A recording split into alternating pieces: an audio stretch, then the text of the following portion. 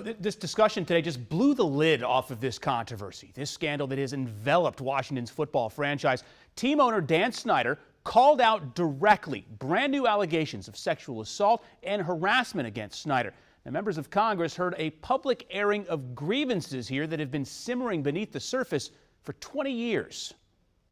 Daniel Snyder should not be managing any human beings. He should not be in a power position amongst any employees. He needs to be held accountable for his actions. Agree 100%. 6 former employees of Washington's football team in front of a congressional committee today offering testimony about the workplace culture within the franchise and offering specific allegations targeting team owner Dan Snyder. Snyder touched you in a sexual manner that night, correct? Correct. Snyder did so on purpose, right? Correct. How do you know that?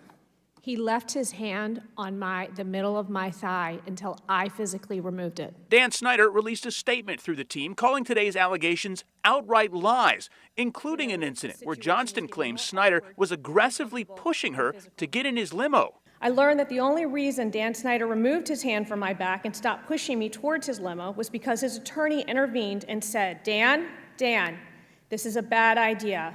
A very bad idea, Dan. Committee co-chair Carolyn Maloney then produced a letter from a former team vice president, Jason Friedman, that corroborated Johnston's allegations. He says, I witnessed Dan Snyder grab the arm of my coworker, Tiffany Johnston, and attempt to pull her into his limousine. This took place over a dinner in Washington, D.C. I was shocked. Thankfully, Tiffany was able to quickly pull away. Now for some background here. The reason that Congress was having this discussion today, last summer the team started an investigation into allegations of harassment and workplace improprieties. Then the NFL took over that investigation but never issued a written report. And that's what the former employees want and what Democrats on this committee want, the NFL's report. Now, I reached out to a league spokesman, haven't heard back today. We are hearing from Dan Snyder himself, though. Here's part of a statement released by the team just a couple of hours ago. Snyder saying, quote, I have acknowledged and apologized multiple times in the past for the misconduct which took place at the team and the harm suffered by some of our valued employees. I apologize again today for this conduct and fully support the people who have been victimized and have come forward to tell their stories. In response to learning about incidents like these in 2020, the team on its own undertook to revamp its policies, procedures, and personnel.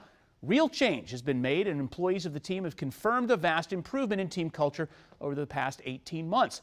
While past conduct at the team was unacceptable, the allegations leveled against me personally in today's roundtable, many of which are well over 13 years old, are outright lies. I unequivocally deny having participated in any such conduct at any time and with respect to any person. All right, Adam, so after today's roundtable, what are the next steps for Congress? Yeah, great question. It depends on who you ask. 2 Republicans on the committee looked at the witnesses and literally told them nothing will come from this.